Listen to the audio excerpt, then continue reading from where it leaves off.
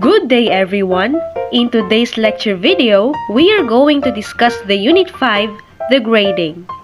At the end of this lesson, you will be able to learn the following contents.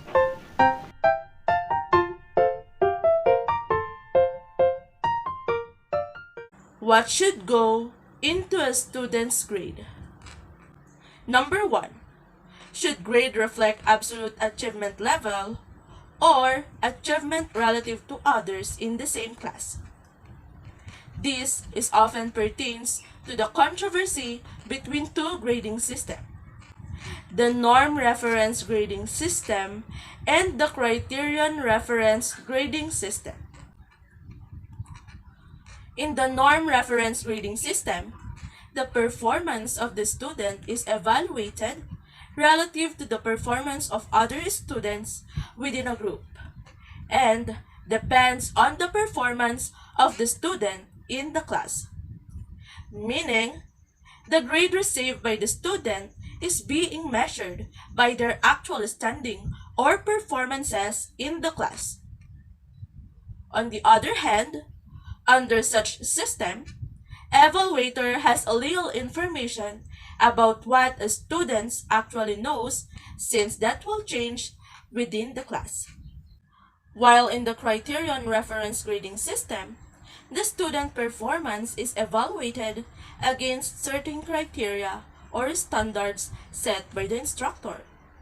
Students achieving a given level receive the grade assigned to that level, regardless of how many in the class will receive the same grade. It is possible that all students may receive the highest possible grade or all of them may pass. But it is also possible that all students may receive a failing grade if they will not reach the standard set by the teacher. An evaluator looking at the grade knows only that the student has reached a certain level or set of objectives. The evaluator will depend the student behavior by the grade that is presented to them.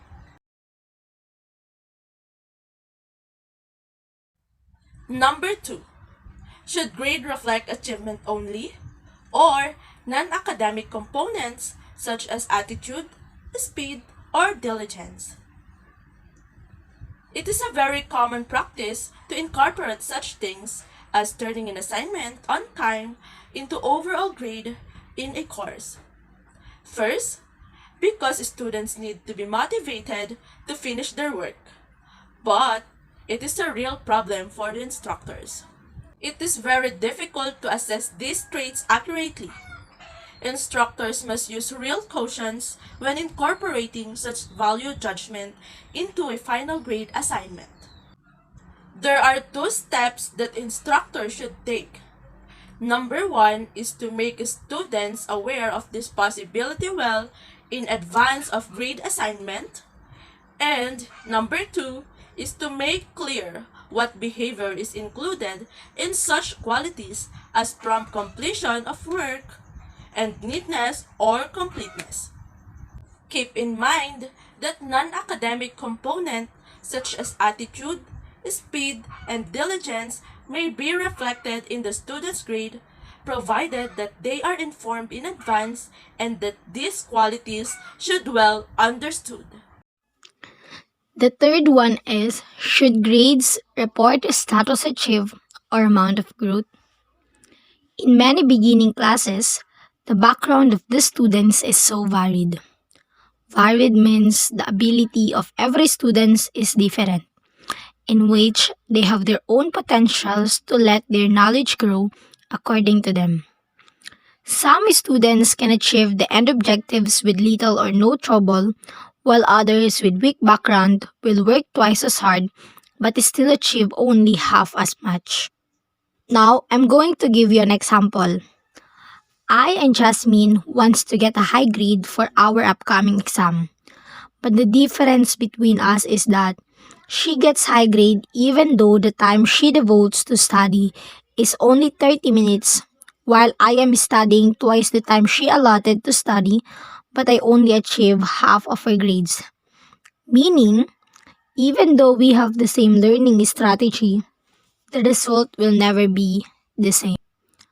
After discussing the things that the students can do to have a high grades, we are now going to tackle if the students deserve a reward or to be punished every time they make an effort or attitude as well as the knowledge they gain.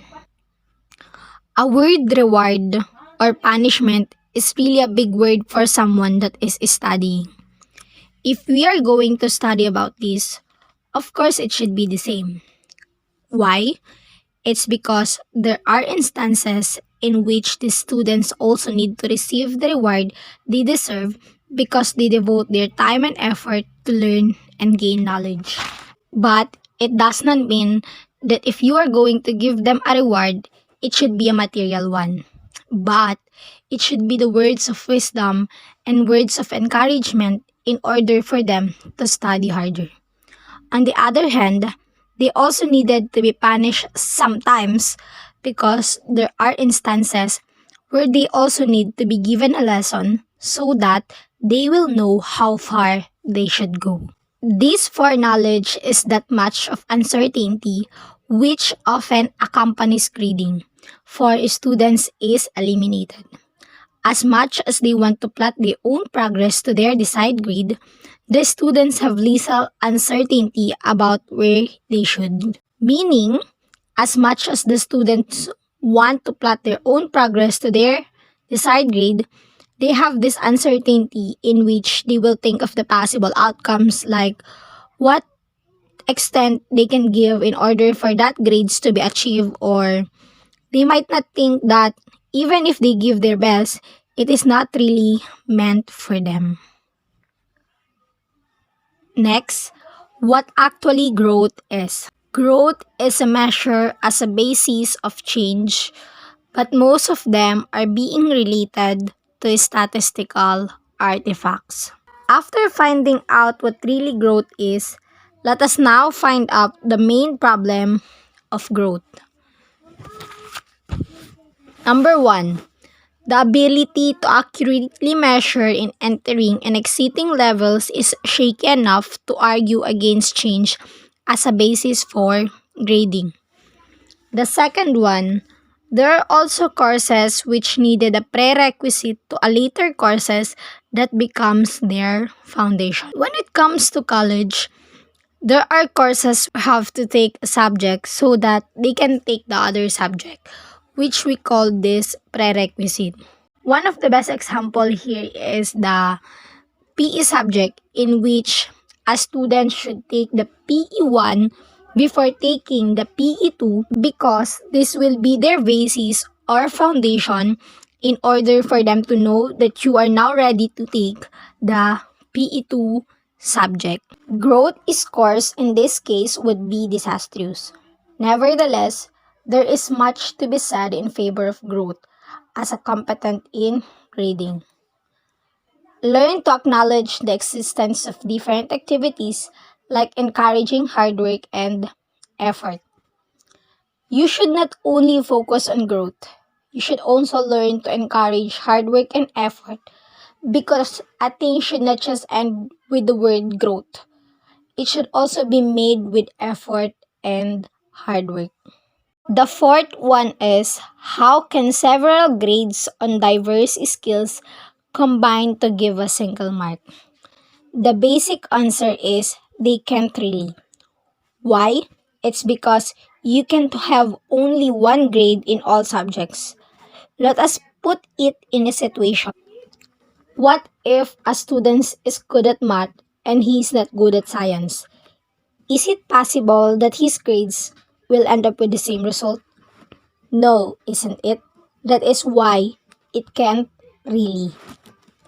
Next, the results of instruction are so varied that the single mark is really a Rube Goldberg as far as indicating what a student has achieved. Rube Goldberg means it is about something by unnecessarily applicated means what could be done simply. Now, we are now going to find out the problems with this proposal. The number one problem is it would complicate an already complicated task. Meaning, It would be harder for us to understand this thing if we're going to apply the combination of a single mark. The second problem is there might not be enough evidence to reliably grade any one skill. You should not only focus on one skill, you should also learn to look on their other skills in order for it to be more reliable. After discussing the problems with this proposal, we are now going to discuss the system marks. The two system marks is the hollow and best. Hollow means the effect of good performance in one area, and best means the overall classification of each person. After knowing those various grade reflection achievement with its different factors, let us now move on to the standardized test scoring. What is test standardization? It is a process by which a teacher or a researcher made tests that are validated and item analyzed. Meaning to say, teacher sets a specific standard where items in the test were thoroughly validated and establishes test characteristics. What are these test characteristics? These are test validity, test reliability, and test difficulty level. Number 1, the test validity. It is a test that accurately measures what it is supposed to measure. I will give you an example. Your teacher allow you to take the personality test. So that test is considered valid if it truly measures your own personality. Did you get the logic? Test reliability. It is a test that is consistent and stable in measuring what it is intended to measure. For example, your teacher require you to take the test 3 times with a 30 minutes break in between, and it shows that all your answers is the same. Meaning to say, a test is considered reliable if the test results the same answers after several times completing the test with a short period of time in between. The last one, the test difficulty level. It shows different level of difficult items provided in the test. For example, your teacher gave you a final examination that composed of 70% item analysis questions. It's literally difficult, isn't it? On the other hand, a standardized test has its own mathematical scoring system, and the psychometric instruments whose scoring systems are developed. The scoring systems are developed by norming the test using national samples of test takers. And remember, these norming tests can decide which student can perform best under those circumstances. Scoring systems are developed by centering the scoring formula to assure that score distribution describes a normal curve when graphed, in which this normal curve specifies that items of the test used are fairly distributed in terms of difficulty level.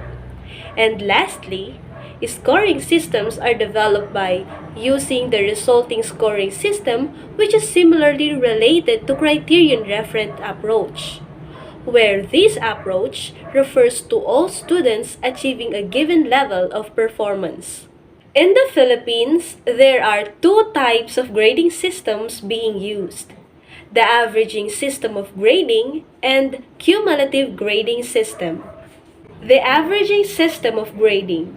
This is how it computed. The grade of a student on a particular grading period is equals to the average of the grades obtained in the prior grading periods and the current grading period. This system of grading is being used by the Department of Education. I will give you an example.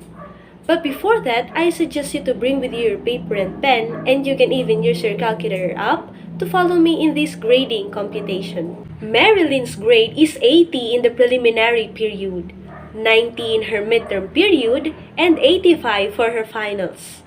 So 80 plus 90 plus 85 is equals to 255.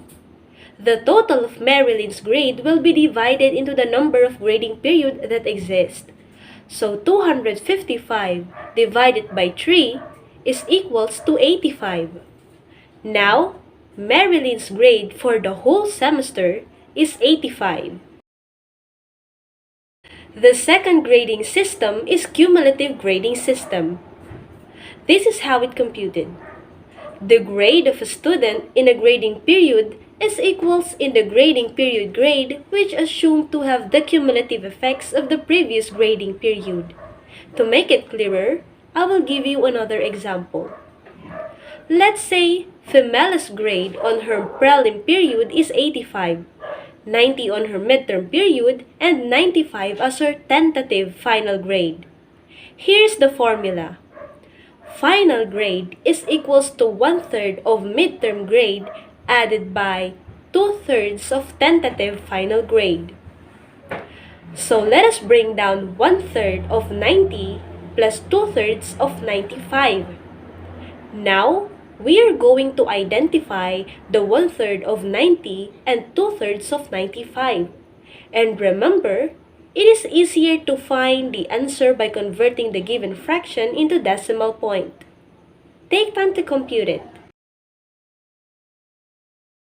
Did you find the answer? You're right. The 1/3 of 90 is 30, and the 2/3 of 95 is 63.3.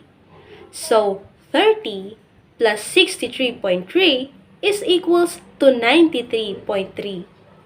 Now, Femela's grade in the whole semester is 93.3. You can watch the previous example as many as you can for a better understanding.